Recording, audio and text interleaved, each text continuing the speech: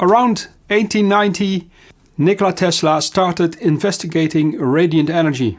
Soon after, he gave several lectures showing the radiant energy effects, and he used a device for this, the hairpin circuit.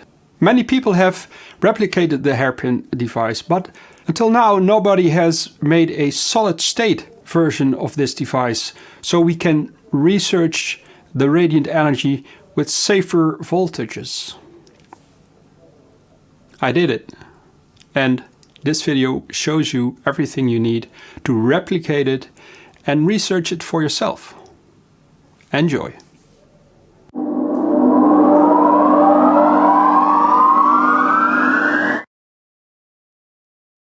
This is the total circuit. I will explain all the parts in this video.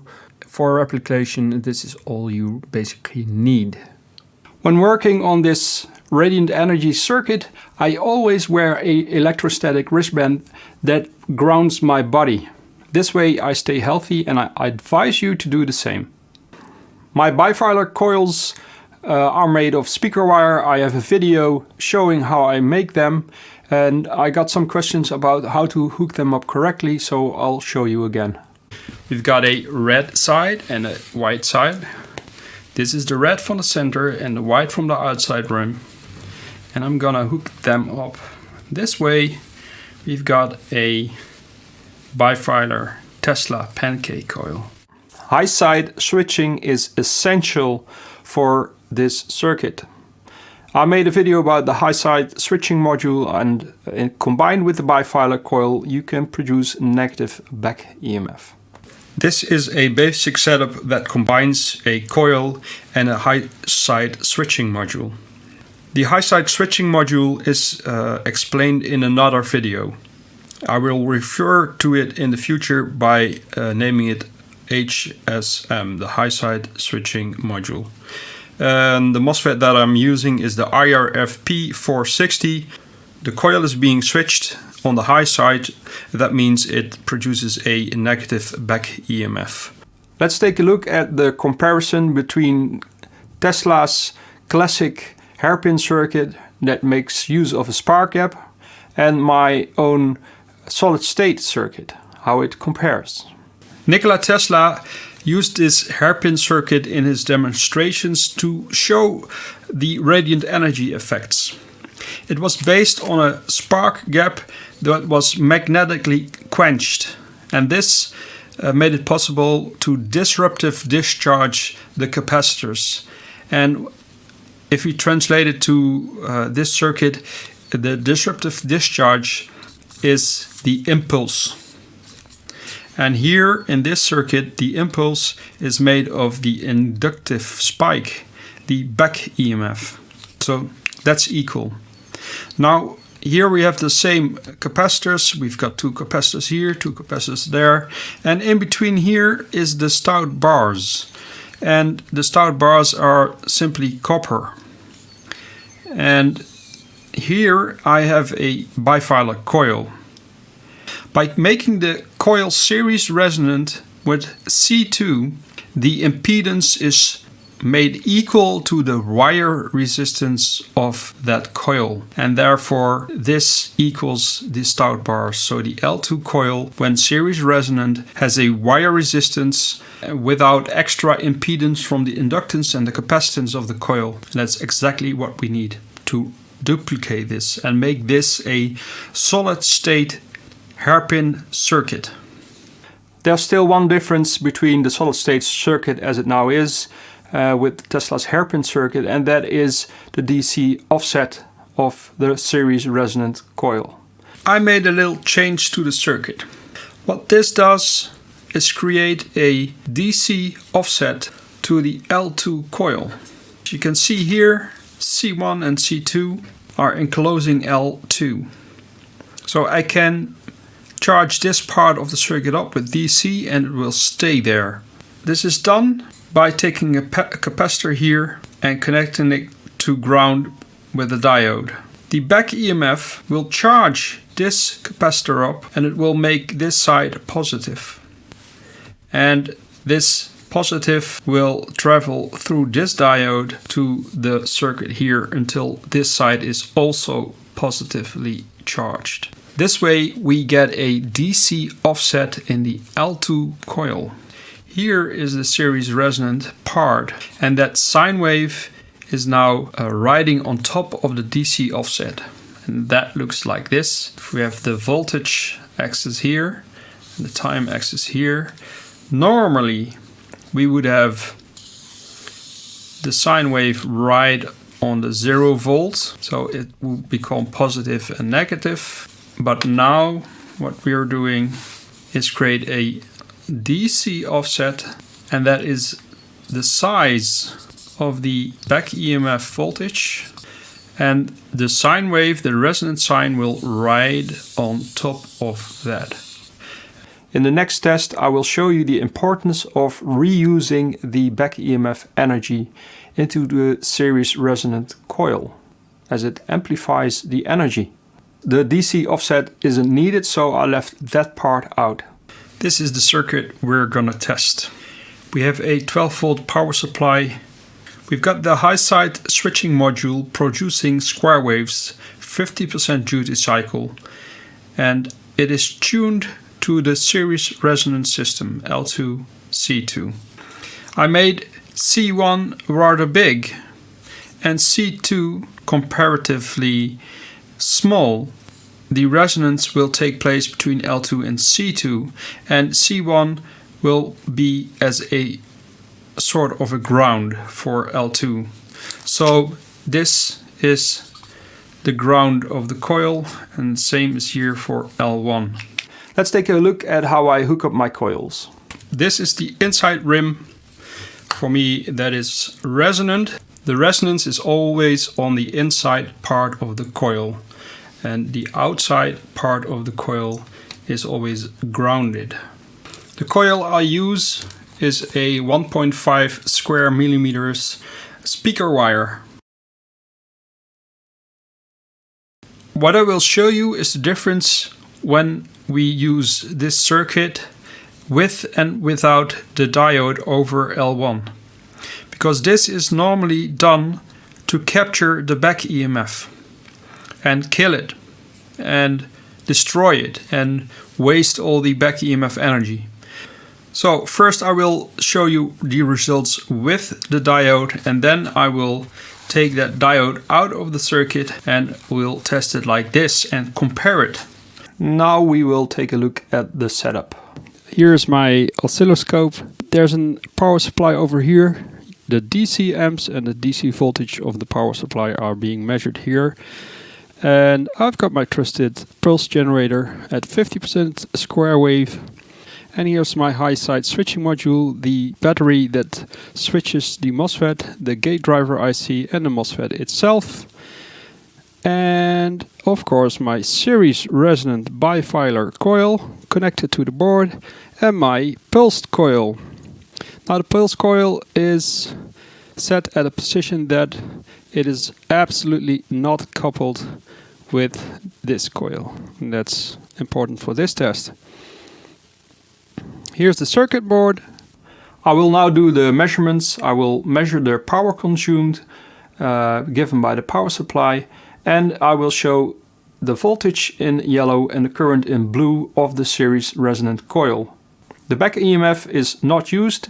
It is passed through the diode to ground, so it's wasted away. This is the power consumed. 2.51 amps at 4 volts gives 10.04 watts consumed. And this shows the series resonance with the diode over L1. So the back EMF is not included. The maximum voltage is 540 volt peak to peak and 4.3 amps peak to peak. The frequency is 67.93 kilohertz. Now I will remove the diode over the L1 coil. There is a very low resistance path to the positive of the power supply via the series resonant coil. Now the diode is removed, grounding the back EMF. Something special happens. The back EMF now travels this way through the series resonant coil that equals 0 impedance, wire resistance basically, and it is grounded on the positive power supply. Let's take a look at the voltage and the current of the series resonant coil with that back EMF impulse injected into it. Yellow again is voltage and blue is current. I have now removed the diode over L1, so the back EMF is now injected into the series resonant L2. The inductive spike on the low side is not completely visible. The resonant sine is only 272 volts peak to peak and 2.2 amps peak to peak. The inductive spike that is not really shown is minus 426 volts, but actually this is not properly tuned. Let's now take a look at the gate of the MOSFET. When the gate is high, then the MOSFET is conducting, and when the gate is low, the circuit is opened again and the back EMF is generated. I show this in blue this time. Right now it looks as if everything is alright. Yellow is the resonant sine wave of L2. Blue is the gate of the MOSFET. When the gate voltage is high, the circuit is closed and the L1 coil is producing a magnetic field. Then when the gate voltage goes low, a back EMF is created. And you can see the spike here. It appears at the gate as well because it is riding on top of the source voltage that is on top of the L1 coil. Now I will tune this because this is actually not the proper setting. I will go down in frequency. On the right top corner you can see the frequency. It's now at 80 kilohertz, and I will go down, further down. I'm now at 75. I'm going down even more, and what you can see is there is a spike occurring at the turn on of the MOSFET when the gate voltage goes high, the blue one. I will go down even more, and now you can see the resonance sine starts to grow in voltage.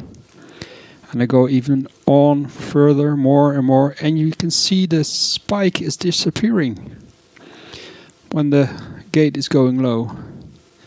And there it is gone. It has completely transformed to the start. This means the back EMF is now delayed. And I showed this before in a video I produced in September 2018, and I questioned, why is this happening? Well, it is not only happening, it is good, because now we have the inductive spike on the top of the resonance sine, and that's where we want to have it. This is so amazing. The coil acts as a diode, delaying the back EMF. I can tell you this, at this position the effects are happening of the radiant energy. So instead of having the back EMF at the opening of the switch, we now have the back EMF before the switch is closed. The sine wave is amplified and the back EMF is delayed. And here the amps and volts, 0.35 amps and 12 volts DC, making together a power consumption of 4.2 watts at this setting. And here again we can see the resonant sine waves of the current and the voltage of L2, and the maximum voltage peak to peak is 512 volts peak to peak and 4.0 amps peak to peak. The impulse you can see is minus 300 volts at a frequency of 64.43 kilohertz. Let's now compare the two tests with and without the diode. If we compare this to the resonance with the diode, so when the back EMF is shorted out to ground and not being used, resonance sign is around the same, 540 volt peak to peak and 4.3 amps, but the power consumed is much higher. It was 10.04 watts, and now we are only using 4.2 watts. Isn't that amazing? We use the back EMF and we lower the power drainage from 10 watts to 4 watts. That's a great improvement of efficiency. But there's more. I'll now continue the test with this right setting, with the back EMF injecting into the series resonant coil and making it maximum voltage. I made some little changes and tuned the circuit, so this coil is now series resonant and the back EMF of this first coil that is being switched by the MOSFET is injected into this coil in the proper manner. I will turn the system on and we can see what the DC amps and volts are. It is 7.97 milliamps and 14.95 volts. If we multiply these two, we get the watts consumed. I will show you the sine wave here. Peak to peak, it's 750, I think. And the inductive spike is 400 volts negative. Now we're going to do something fun. I will couple the coils. I will take the L1 coil and place it on top of the L2 coil. You'll notice that the amperage will go way down.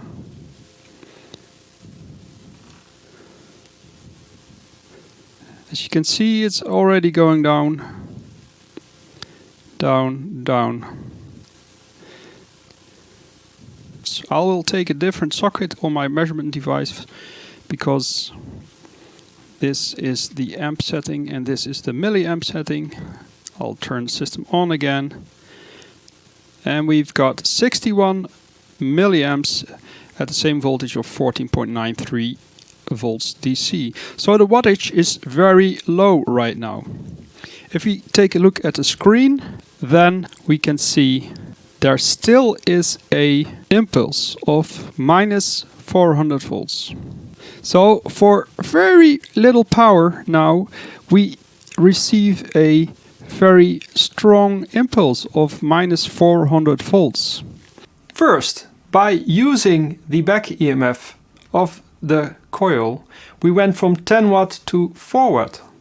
Now I made a little different setting. I raised the voltage a little bit more, and by coupling the coils we went from uncoupled, around 12 watts of consumption, and then to coupled, around 1 watt of power consumption.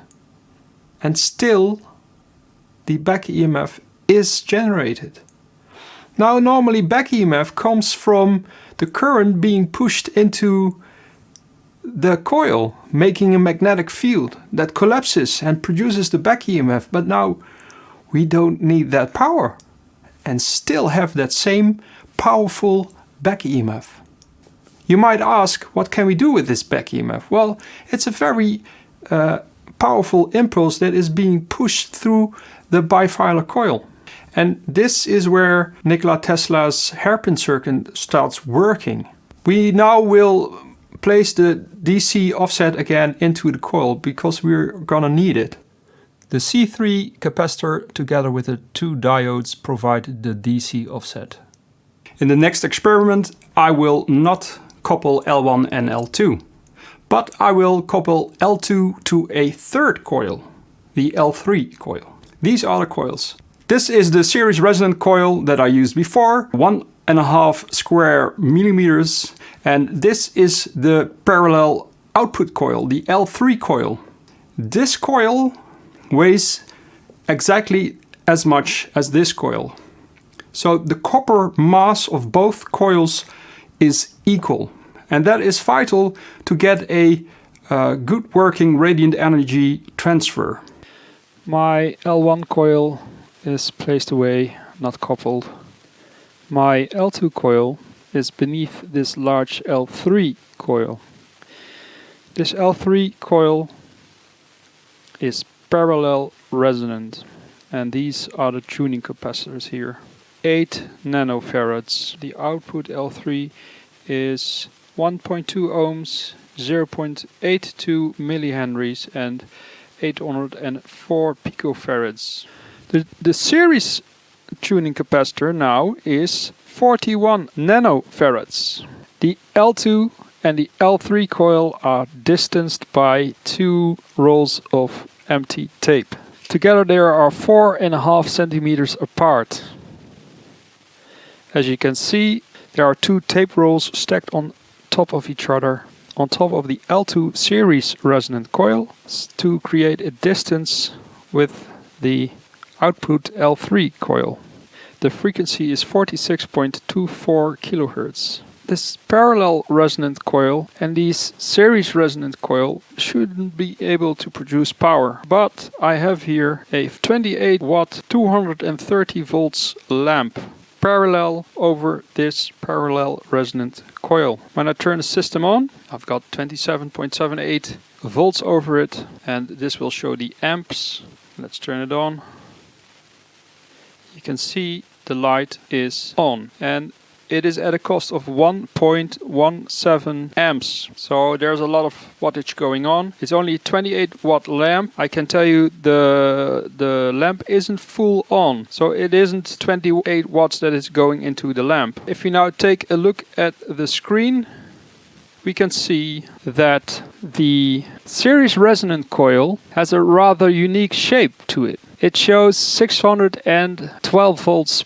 But the impulse isn't an impulse anymore. We see 3 impulses. Let me zoom into that. The inductive spike now somehow has trouble to really get into that coil, but still it works. The L3 coil is also probed on the resonant side, and it shows 672 volts. Peak to peak. Now take in mind that these coils are distanced by 4.5 centimeters, so there is no magnetic coupling. This is purely done by dielectric coupling. I now hooked up the voltage yellow signal to the resonant L3, and I've hooked up my current probe to the same L3 coil. There's only a low amount of current. If we look at the screen, I'll turn the system on again. 46.24 kilohertz. In yellow, the voltage of L3, 604 volts peak to peak. And in blue, the current of L3, 0.9 amps peak to peak at a frequency of 46.21 kilohertz. The voltage and the current are in phase. And this tells us there is power, and you can see this by the burning of the lamp. The current probe I use makes a phase shift of -30 degrees at 46 kilohertz. This phase shift makes it hard to make a proper power measurement. To make a correct measurement, I would turn this into DC and then calculate the DC power, because DC power is much easier to calculate. But I haven't done that yet. That is for a future video. Let me clarify, because this is a very unique situation. The L2 coil on the bottom is series resonant, and the impulse is being injected into it from the back EMF of L1. The L3 coil is distanced from the L2 coil, and it is bigger, so it steps up the voltage. And normally this would not be able to produce any power, because they're both resonant coils, and the L1 coil is way out of the picture. It is not coupled. It is only producing back EMF. Still, L3 produces enough power to brightly light up the 28 watt 230 volt light bulb. And this is simply impossible without radiant energy. This concludes the tests.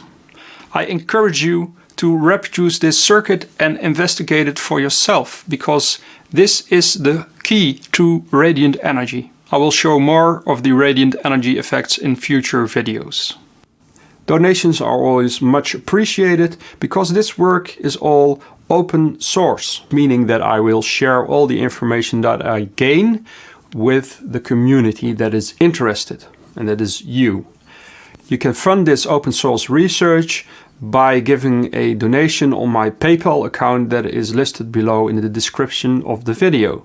If you have questions, you can do so in the comment section below. Please subscribe, like and share this video, and turn on notifications if you want to get a personal call when my next video is out.